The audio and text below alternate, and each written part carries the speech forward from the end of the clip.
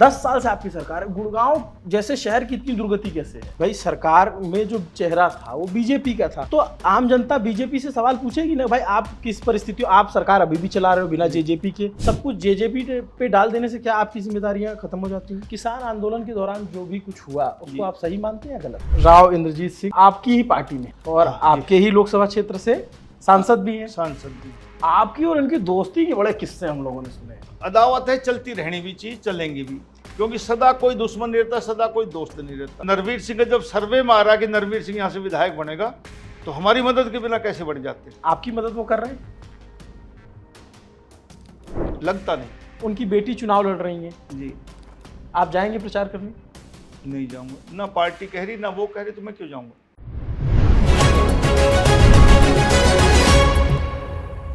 एक नेता जिसके हिस्से सबसे कम उम्र का कैबिनेट मंत्री बनने का रिकॉर्ड है, एक नेता जिसके हिस्से 3 बार विधायकी आई और एक दफे तो वो मुख्यमंत्री से अदावत के चलते चर्चा में रहे, एक नेता जिन्हें हरियाणा, खास करके दक्षिणी हरियाणा जो अहिरवाल का बेल्ट है, उसके दमदार नेता के तौर पर गिना जाता है। उन नेता के परिचय में एक पैबंद और जुड़ गया है। कहा जा रहा है कि वो नेता अब की बार बीजेपी का टिकट अमित शाह से लड़कर ले आया है। एक तस्वीर वायरल हुई और उसके बाद कद्दावर नेता माने जाने वाले हरियाणा के बीजेपी के प्रत्याशी, जो गुड़गांव की बादशाहपुर सीट है, वहां से राव नरवीर सिंह चर्चा में है। स्वागत है राव साहब। शुक्रिया जनाब। ठीक परिचय दिया मैंने आपका? नहीं, लड़के नहीं लाया, मांग के लाया। अच्छा, हाँ, ये फर्क है। राष्ट्रीय नेतृत्व से कोई चुनाव टिकट लड़के नहीं ला सकता, हाँ रिक्वेस्ट करके मांग के ला सकता है कि मेरा अधिकार है, मैंने सेवा करी जनता की, इस बिना पे टिकट मांग लाया। तो वो जो आपकी तस्वीर थी खूब वायरल हुई, उसकी चर्चा खूब थी, क्या कहानी थी? ये आप जैसे भाई हैं जो मीडिया वाले, उस फोटो तो अमित शाह जी के आदमी ने खींची, मैं तो खींच के लाया नहीं। अच्छा, और वो हमारे पास भी आई तो साथियों में बटी और वो मीडिया के पास भी चली गई। तो अब अपने अपने आकलन है, सब लोगों के अपने अपने आकलन लगाए। हाँ, बैठने का तो अब मैं आज अब भी ऐसे ही बैठा हूँ, जब भी बैठ जाऊंगा। हाँ, और हो सकता है सामने भी झुका हूँ थोड़ा बहुत, हाँ। लेकिन वो फोटो खींचने वाले उस समय फोटो खींच दी, तो उसका आकलन लोगों का अपना अपना है। आपने क्या क्या सुना उसकी फोटो के बारे में? आप तक भी तो चर्चाएं हाँ, आई लोगों होंगी। ने कहा कि बड़ा वैसे बैठा है। हाँ। तो स्वाभाविक है, ऐसे ही बैठते हैं हम तो। अच्छा, हाँ, वो ऐसे ही है, नेचुरल हाँ, है। वो नेचुरली है। आमतौर पे ऐसा लोगों ने देखा कि ना वो उनकी मर्जी होगी, मेरे ऐसे बैठने का तो मैं ऐसे बैठा। अच्छा, हाँ, क्या बात हुई अमित शाह जी से? नहीं, बातचीत यही हुई कि राजनीतिक रूप में कैसा होना चाहिए, क्या होना चाहिए। और 2019 में मेरी टिकट कटी, उसके बारे में मैंने पूछा क्या हुआ, उसने कहा राजनीतिक हो जाता कई बार, कोई बात नहीं, ठीक है साहब। अब के चुनाव लड़ा, उनने कहा आपने चुनाव लड़ना, मैंने कहा ठीक है। बड़ी चर्चा थी कि अब की बार आपको टिकट कट जाएगी, नहीं मिल रही है। आपसे बहुत सारे नाम चल रहे थे कि इसको मिलेगा, आपसे पहले जो बीजेपी प्रत्याशी थे उनका नाम था, कुछ और नाम थे। अंत में मुझे यकीन था कि टिकट मुझे ही मिलेगी, क्योंकि कोई भी अब पार्टियां बिना सर्वे के आधार पर चुनाव की टिकट नहीं देती, अकेले बीजेपी नहीं, सभी पर राजनीतिक दल जी। और मेरा ये माहौल था कि मैंने अपना भी सर्वे कराया था। अच्छा, और उसमें ये था कि मैं अकेला आधी वोट में हूँ। आधी वोट में, तो वो तो खैर चुनाव नतीजा 8 तारीख को बताएगा। लेकिन जब आदमी सर्वे कराता है, अपना कराता है, तो अपने आप को धोखा नहीं देता। पार्टियां तो कई बार दूसरे के कहने से पार्टी में भी पार्टी बन जाती है, दूसरे का सर्वे दिखा देते हैं। लेकिन आदमी को अपना आकलन सर्वे के द्वारा जरूर करना चाहिए। वो मेरा आकलन ठीक था। फिर पार्टी ने 2-3 सर्वे कराए, तो उसमें भी ये लगा कि भाई नरवीर सिंह जीत जाएगा, तो पार्टी ने मुझे टिकट दिया। अच्छा जी। फिर आप जो है पहली बार एमएलए जो बने जी 87 में बने लोकदल से। जी 87 में लोकदल से। आपने जिन नेता को हराया, राव इंद्रजीत सिंह जी, वो अब आपकी ही पार्टी में है और आपके ही लोकसभा क्षेत्र से सांसद भी हैं। सांसद भी। आपकी और उनकी दोस्ती के बड़े किस्से हम लोगों ने सुने हैं। मुझे क्या पता क्या क्या आपने सुना। हाँ, ये तो आप ही बता सकते हैं क्या सुना है। हाँ, ये ठीक बात है कि हमारी राजनीति में मतभेद जरूर हैं। हाँ हैं, लेकिन जब जब उन्होंने चुनाव लड़ा तो हमने उनकी मदद की है। हाँ, पार्टी के उस पर हमने खिलाफत कभी नहीं करी और जितना हो सका मदद की। और उसका भी नतीजा है कि दोनों चुनाव में, पिछले चुनाव में 2019 में मैं मंत्री था, और वो 1,43,000 वोटों से बादशाहपुर सीट से जीते थे। और अब की बार हरियाणा में सबसे ज्यादा वोट यदि कोई प्रत्याशी जीता बीजेपी का तो बादशाहपुर से जीता 1,21,000 से। तो आप ये कह ही नहीं सकते कि नरवीर सिंह, क्योंकि मदद तो हमने करी जब तो मिलती वोट इतनी, क्योंकि नरवीर सिंह का जब सर्वे में आ रहा कि नरवीर सिंह यहाँ से विधायक बनेगा तो हमारी मदद के बिना कैसे बढ़ जाते, तो हमने मदद करी। अब आप चुनाव लड़ रहे हैं जी, आपकी मदद वो कर रहे हैं? लगता नहीं। नहीं लगता। हमें क्यों नहीं लग रहा? उनकी आदत है हाँ, कि जो उठता हुआ आदमी है उसको थोड़ा सा कोशिश करते हैं डाउन करने की। ये मेरे साथ ही नहीं, तकरीबन अहिरवाल के और लोगों के साथ भी है। तो आपने पार्टी आला कमान से शिकायत नहीं की मैं थी? शिकायत नहीं करता। अच्छा। हाँ, मैंने पहले भी शिकायत नहीं करी, उन्होंने पिछले चुनाव में भी खिलाफत की थी, 14 में भी मैंने शिकायत नहीं करी। मैं टिकट लाया हूँ, पार्टी ने मुझे टिकट दी है और मैं अपने दम पे चुनाव जीत जाऊंगा। पार्टी और मेरी वोट से मैं विधायक बन रहा हूँ। किसी सांसद की जरूरत नहीं? ना किसी सांसद की मुझे जरूरत नहीं। हाँ मैं तो सही तो ये कि भारतीय जनता पार्टी मुझे लेके आई थी 2011 में जी। और इसलिए लाई थी कि लोकसभा का चुनाव लड़वाना है। लेकिन एन टाइम पे राव इंदरजीत सिंह इस पार्टी में आ गए, उनको टिकट मिल गया। यानी मैं तो उनके विरोध में चुनाव लड़ने के लिए भाजपा शामिल हुआ था। और फिर भी आप चुनाव लड़े? मैं चुनाव नहीं लड़ा, मैं एमएलए का चुनाव लड़ा 2014 में आप लड़े? जी, 2014 में राव इंदरजीत सिंह चुनाव से 2 महीना पहले पार्टी में आए थे। मैं 2011 से लोकसभा चुनाव लड़ने के लिए भारतीय जनता पार्टी में शामिल हुआ था। मेरी ऊपर तक बात भी हुई थी। तो आपको उन्होंने 2009 का लोकसभा हराया था? हाँ, लोकसभा 2009 में मैं चुनाव हारा और राव इंदरजीत सिंह उस चुनाव में जीते। तब आप भजन लाल जी की पार्टी में? मैं भजन लाल जी की पार्टी से चुनाव लड़ा था। ठीक। ये अहिरवाल का जो इलाका है, आमतौर पे हम देखते हैं हरियाणा के बाकी इलाकों, ये खासकर गुड़गांव, रेवाड़ी, ये जो बेल्ट है, इसमें कुल 11 विधानसभा की सीटें आती हैं और इसमें 3 परिवारों का दबदबा बताया जाता है। एक आपका परिवार जो आपके दादाश्री के ज़माने से चला आ रहा है, राव मोहर सिंह जी का परिवार। एक परिवार राव वीरेंद्र सिंह जी का, जिनके पुत्र हैं इंद्रजीत जी, और एक परिवार कैप्टन अजय यादव का। आपके पिताजी कांग्रेस में थे, उससे पहले जो है वो निर्दलीय चुनाव लड़े। आप कभी कांग्रेस में नहीं रहे? न, मैं एक चुनाव कांग्रेस से लड़ा हूँ। लड़े? दूसरा चुनाव में कांग्रेस से लड़ा 1991 में, 500 वोट से हार गया। राव इंद्रजीत सिंह से? नहीं, मैं एक नया हल्का मिल गया मुझे, सालावास। वो आधा रेवाड़ी जिले में था, आधा झज्जर जिले में था। उसमें चुनाव में हारा 91 का। 91 जी। तो उसके बाद आपने तकरीबन दूरी बना ली, लेकिन आपका इस चुनाव से पहले एक बयान वायरल हुआ। आपने कहा टिकट नहीं मिलेगा तो कांग्रेस से ले आऊंगा। हाँ, जल्दी में कह गया। ऐसे कैसे कह गए? थोड़ी नाराजगी भी होती राजनीति में कि कोई पूछ नहीं रहा है कि मैं जीतने वाला प्रत्याशी और भारतीय जनता पार्टी नए प्रत्याशियों को अपने पास ला रही है, जो कल शामिल हो और उनको टिकट दे रही है। मैं 2011 से भारतीय जनता पार्टी में शामिल हो रहा हूँ और मुझे एश्योरेंस भी नहीं दी जा रही, नीचे लेवल का कोई लीडर भी ये नहीं करेगा आप चुनाव लड़ोगे, तो वो थोड़ा सा बुरा सा लग रहा था। तो कांग्रेस में बातचीत चल रही थी? वैसे ही कह दिया, बातचीत नहीं चली थी। नहीं चली? हाँ। हुड्डा जी से कोई संपर्क? ना, कोई संपर्क नहीं। आप मंत्री रहे जी। आप सबसे यंगेस्ट, कितनी उम्र में आप मंत्री बन गए थे? 26 साल की उम्र। 26 साल की, 87 में जी। फिर आप बंसीलाल जी की सरकार में भी, 96 वाली सरकार में भी जी मंत्री रहे। 2014 में भी आप मंत्री रहे। मंत्री रहते हुए आपका टिकट कट गया जी। क्या वजह थी? बस वो राजनीतिक पार्टीबाजी थी। पढ़ते हुए क्या कहूँ, हमारे संगठन मंत्री जी और मुख्यमंत्री की शायद नहीं बनती थी जो हम सुनते हैं। तो उसमें एक संगठन प्रभारी ने मार दिया और एक को मुख्यमंत्री ने मार दिया। तो हम 2 मंत्रियों की टिकट कटी, मेरे और भाई विपुल गोयल की। तो इसलिए दोनों एक के शिकार हो गया। तो ये विधानसभा जो है आपका टिकट कटा, न बीजेपी जीती न कांग्रेस जीती। हाँ, इंडिपेंडेंट आदमी है, चुनाव जीता, राकेश दौलताबाद जी। आपने उनकी मदद की थी? नहीं, मदद तो बीजेपी की लेकिन उतनी नहीं कर पाए। जब टिकट कटने का थोड़ा सा लोगों में रोष होता है।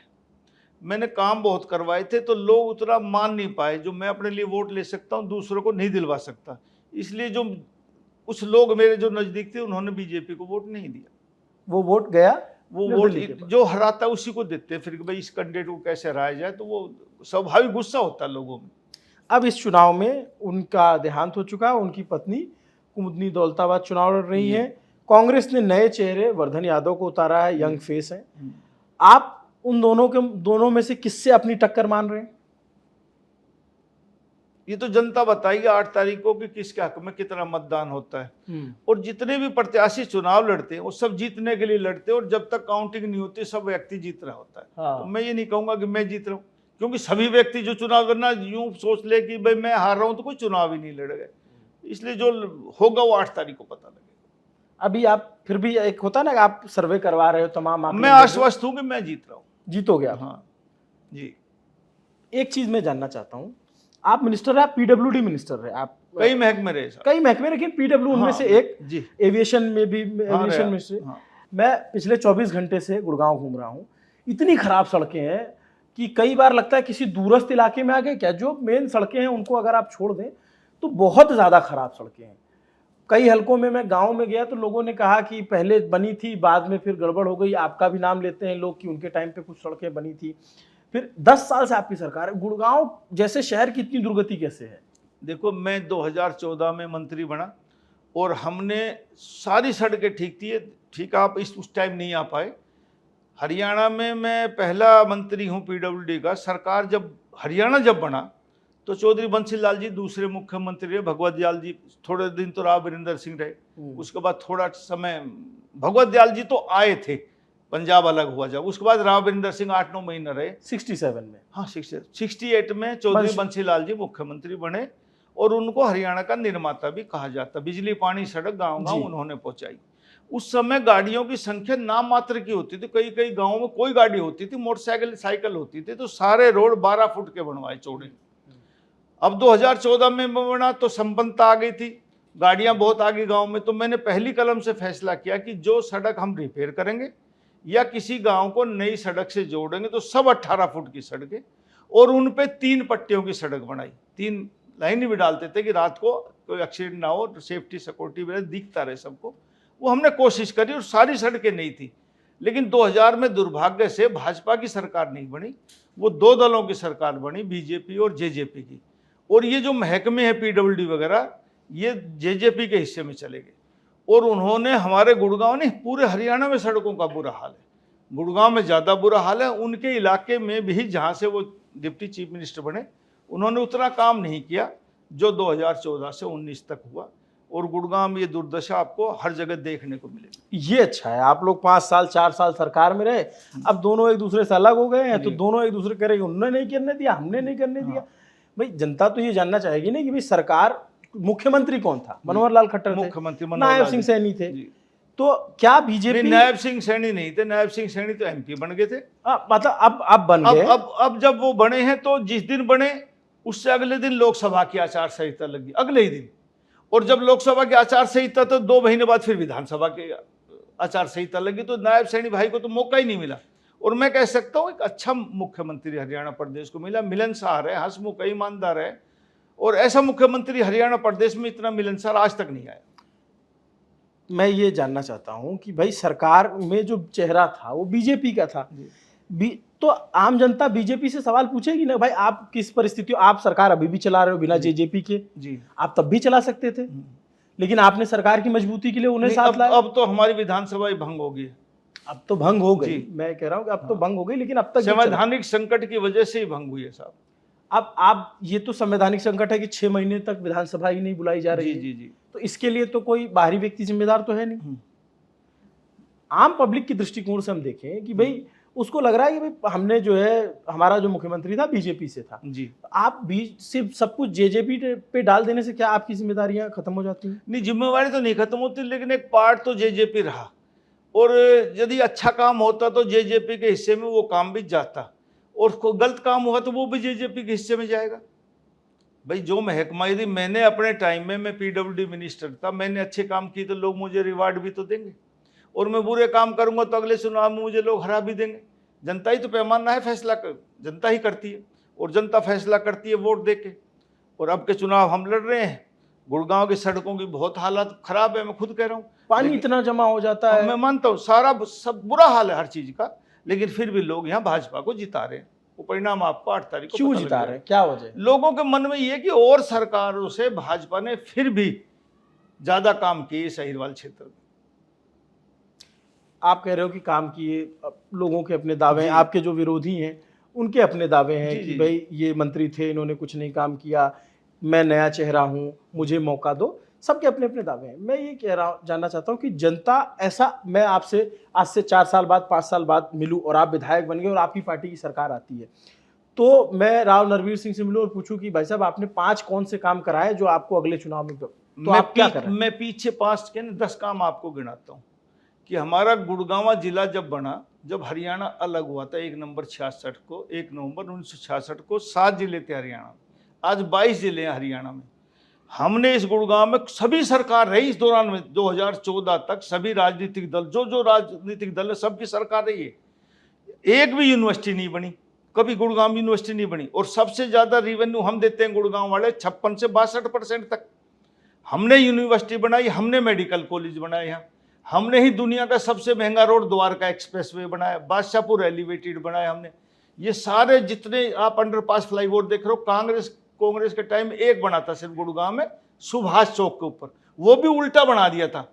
राजीव चौक, हीरो होंडा चौक, सिग्नेचर टावर, महाराणा प्रताप चौक, सिग्नेचर टावर, अतुल कटारिया चौक, सारे रेलवे फ्लाईओवर टोटल हमारे टाइम में बने। कई कॉलेज हमने बनाए। हम 2 काम नहीं कर पाए, एक हम हॉस्पिटल नहीं बना पाए नया, और एक हम बस स्टैंड शिफ्ट नहीं कर पाए। बाकी तकरीबन काम हमने किए। और लोगों को ये मालूम है कि भाजपा की सरकार में इस दक्षिण हरियाणा में ज़्यादा काम होते हैं, इसलिए लोग अब की बार भी भाजपा को वोट दे रहे हैं और हम चारों गुड़गांव की सीटें जीतेंगे। सरकार बनने की चांसेस हैं आपके? मैं भविष्यवक्ता नहीं, लेकिन मैं अपने जिले की बात करता हूँ कि हम चारों सीटें जीत रहे हैं। अच्छा, दोनों मुख्यमंत्री में से आपको व्यक्तिगत तौर पे या फिर कार्यशैली देखते हो कौन मुख्यमंत्री ज्यादा अच्छे लगे, खट्टर या सैनी? नहीं, सैनी साहब को तो मौका ही नहीं मिला अभी। वो तो मौका अब अगली बार जनता देगी तो बताएंगे। उनका तो मैं कह रहा हूँ कार्यकाल ही 2 महीने का रहा है बेचारे का। मैं कह ही नहीं सकता कि वो अच्छा कर रहा है बुरा कर रहा है, लेकिन मिलनसार बहुत है, काम करने की कोशिश करता है। खट्टर जी को एज ए मुख्यमंत्री कैसे देखते हैं? भाई हमारे समय में 2014 से 19 तक तो मेरी तो कोई फाइल रोकी नहीं उन्होंने, और बहुत अच्छा काम किया। लोग उसका रिवार्ड भी दे रहे हैं हमें। तो मैं जहाँ गाँव में जाता हूँ वहीं लोग बाबा जय जयकार करते हैं और मुझे लगता है कि मेरे को वोट दे रहे हैं। बाकी मिनिस्टरों की मुझे पता नहीं उनका क्या स्वभाव। कई और हलकों में भी जय जयकार किया किसानों ने जी, वो झंडे लेकर आए, आपके कई नेताओं को विरोध। हमारे अहिरवाल में कोई झंडा नहीं है, कभी भी नहीं चला। नहीं, बाकी ना किसानों ने विरोध किया। हरियाणा का अलग हिस्सा है, उनकी अलग राजनीति है तो पूरा हरियाणा ही ना। जी, पूरा हरियाणा। मैं अपने क्षेत्र की बात करता हूँ, अहिरवाल में कभी कोई एजिटेशन नहीं हुआ सरकार के खिलाफ। जब भी खुश थे, आज भी खुश हैं। 2014 में भी अच्छी सीटें दी, 19 में भी, 24 में भी अच्छी सीटें देगी। किसान आंदोलन के दौरान जो भी कुछ हुआ उसको आप सही मानते हैं या गलत? दोनों ही कारण हैं, कुछ अच्छा था कुछ गलत था। एक पक्ष को मैं गलत नहीं कह सकता, एक पक्ष को सही नहीं कह सकता।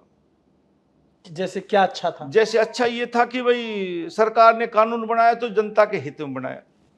जनता ने उग्र रूप धारण कर लिया तो सरकार ने वापस ले लिया। उसके बाद भी धरना प्रदर्शन कर रहा हूं। हमारा हरियाणा प्रदेश एक ऐसा प्रदेश है जो सारे, लेकिन बिना धरने के कहां वापस लिया? तो 13 महीने तक आंदोलन मैं मान लिया, तो सरकार ने वापस ले लिया ना। जो कीलें बिछाई गई या फिर जो देखो, सरकार सेफ्टी सिक्योरिटी तो पब्लिक ही करेगी। यदि दिल्ली में आते और कोई झगड़ा फसाद हो जाता तो जिम्मेवारी किसकी है? और कोर्ट ने भी आदेश दिए थे कि भाई ये नहीं आने चाहिए। तो सरकार कोई भी हो उसका नैतिक दायित्व है, संवैधानिक दायित्व भी है कि उसको रोके पब्लिक को। और हम हरियाणा एक ऐसा प्रदेश है जो सारी फसलें एमएसपी पे खरीद रहे, एमएसपी की गारंटी दी है। आज भी जो ये एजिटेशन करते हैं ना पंजाब वाले, उनके भी 4 फसलों या 5 फसलों से ज्यादा नहीं खरीदते एमएसपी पे। हमारा एक एक दाना एमएसपी पे खरीदा जाता है और सारी फसल खरीदी जाती है। इससे अच्छा स्टेट और कौन होगा?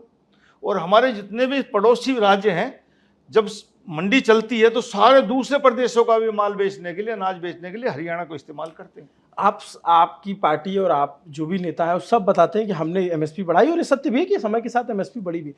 लेकिन किसान जब मिलता है तो वो कहता है कि बीजेपी ने वादा किया था कि 2022 तक आमदनी दुगनी हो जाएगी। किस किसान की आमदनी दुगनी हो गई, ये बता दें बीजेपी। ये राष्ट्रीय नेतृत्व ने फैसला करना होता है और एमएसपी भी राष्ट्रीय नेतृत्व अपना तय करता है। हरियाणा उस हिसाब से चलता है, जो देश तय करेगा वो प्रदेश भी मानेगा। जो प्रदेश ने तय कर दिया, हम एमएसपी पे वो सारी फसलें खरीद रहे हैं। नहीं, किसानों की जो आमदनी की बात है दोगुनी हुई नहीं, पहले से ज्यादा आमदनी बढ़ी, मैं ये मानता हूँ। लोगों के खर्चे भी बढ़ गए। पहले हम छोटे थे तो हम 2-3 कुर्ते पजामे में, कमीज पैंट में काम निकाल लेते। अब 20-20, 30-30 कुर्ते पजामे। हर एक की संपन्नताई घर अच्छे अच्छे बन गए हमारे, पहले सबके कच्चे घर थे, अब सबके पक्के मकान है, सबके घरों में गाड़ियां, 2-2 3-3 मोटरसाइकिल है। ये संपन्नता तो आई ना। और मैं तो बिहार में चुनाव में गया हूँ भाई साहब, मैं 15 दिन लगा का है, मैंने देखा है जैसा हमारा 70 साल पहले हरियाणा था वैसा आज बिहार है। और बिहार में भी आप ही की सरकार है। मैं मना नहीं कर रहा, लेकिन मैं कह रहा हमसे 70 साल पीछे है बिहार। अच्छा जी, मतलब वहां आज भी बहुत टूटी हुई सड़कें, आज वक्त पटना का भी बहुत बुरा हाल, गंदगी बहुत है। हरियाणा तो बहुत आगे प्रदेश है, हरियाणा में हर चीज अच्छी है। मैं ये नहीं कह रहा कि हमारी सरकार है, और सरकारों ने भी काम किया अपने समय पे, लेकिन हरियाणा की स्थिति प्रदेश में, देश में सबसे अच्छी है। अच्छा चलिए, मैं थोड़ा सा लोगों से बात कर रहा था तो चलते चलते मैं ये भी पूछ लेता हूँ। कुछ लोग कह रहे थे कि जो आपके विरोधी कैंडिडेट हैं उनको आपके जो दोस्त हैं पुराने, उनका आशीर्वाद मिला हुआ है अंदर खाने, ऐसी बातें आप तक आती हैं क्या? आती हैं। देखो राजनीति में दोस्त भी बहुत होते हैं, दुश्मन भी बहुत होते हैं। हाँ, और ये अदावत है, चलती रहनी भी चीज, चलेंगी भी, क्योंकि सदा कोई दुश्मन नहीं रहता, सदा कोई दोस्त नहीं रहता। पर मैं ये मानता हूं कि नरवीर सिंह के साथ जो आदमी लगा वो 95% मेरे साथ ठीक है, 5% बगावत कर जाते हैं, कई बार नाराज हो जाते हैं, कोई काम नहीं हो पाता, खिलाफत भी करते हैं, कुछ खुलेआम कर लेते हैं, कुछ लुक के कर लेते हैं। तो राव इंद्रजीत सिंह, सबकी मर्जी है, अब मैं क्या कह सकता हूँ। आप कभी ऐसा नहीं हुआ कि यार चलो ठीक है पारिवारिक अपना था पहले, लेकिन अब आ जाओ साथ में, आप सांसद हो, मैं विधायक बन जाऊं अगर यहाँ से, तो मिल के काम करें। एज अ सांसद भी तो काम दिखना चाहिए आपकी पार्टी का, मंत्री भी हैं। बस वो अपना काम करते हैं, हम काम अपना करते हैं, दोनों की पार्टी एक है तो पार्टी का नाम करते हैं। कभी आमने सामने मुलाकात होती है? हाँ, शादी ब्याह में हो जाती है, किसी राजनीतिक फंक्शन में भी हो जाती है। हाँ, जब आते हैं स्टेज पे तो एक होती है, कोई वो बात नहीं। लेकिन वैचारिक मतभेद? हाँ, वैचारिक मतभेद है जी। तो उस पे पार्टी नेतृत्व ने कभी नहीं कहा यार तुम दोनों बड़े नेता हो, साथ एक दो बार कहा है तो बस यूं टाल दिया गया है, ठीक है, दोनों की तरफ से चल रहा है जैसा चल रहा है। चल रहा है, ठीक है। उनकी बेटी चुनाव लड़ रही है जी, आप जाएंगे प्रचार करने? नहीं जाऊंगा, ना पार्टी कह रही ना वो कह रही, तो मैं क्यों जाऊंगा? मैं अपना चुनाव लड़ूं, उनके यहाँ जाऊं। आपने स्टार प्रचारकों की डिमांड की है? नहीं की। आप एक जनसभा की, अमित शाह जी ने मेरी हाँ भरी कि मैं आपकी जनसभा में आऊंगा, तो गृह मंत्री जी हमारे यहाँ आएंगे, एक जनसभा करेंगे, चुनाव से तकरीबन 1 हफ्ता पहले वो जनसभा होगी। और किसी की जरूरत है आपको? नरवीर सिंह अपने आप में स्टार प्रचारक अपने हल्के में, नहीं जरूरत है। नहीं जरूरत है। कमाल का कॉन्फिडेंस है। नरवीर जी मंत्री रहे हैं, उनकी बातचीत से आप स्पष्ट जवाब देते हैं जो भी सवाल हो, ऐसा नहीं कि गोल गोल घुमाने वाला हो। हरियाणा के लिए ये कहा ही जाता है, एक तो मैं हरियाणा में आज ही घूम रहा था तो हरियाणा का आप घुसते हो जैसे तो आपको हरियाणा बताता है कि आ गए हो आप हमारे यहाँ। मैं किसी जगह पे था तो मैंने एक व्यक्ति से, उसने मुझे से पूछा कि भैया ये लल्लन टॉप क्या है, तो मैंने बोला कि न्यूज़ चैनल है, तो आप इसको गूगल कर लो। तो फिर मैंने उससे कुछ गांव के नाम पूछे, तो भाई हम गूगल कर रहे हैं, थम भी गूगल कर लो। ये हमारी भाषा ऐसी है। नहीं, थोड़ी खड़ी भाषा, लेकिन प्यार बहुत हरियाणा में। हाँ, प्यार तो प्यार बहुत हरियाणा में। हम यूपी वालों की तरह नहीं है कि मीठा बहुत बोलते हैं लेकिन प्यार नहीं करते। अरे सर हम भी यूपी से। मैं इसीलिए कह रहा हूँ भाई साहब, हमारी थोड़ी खड़ी भाषा है लेकिन प्यार बहुत है, और दिल से होता है।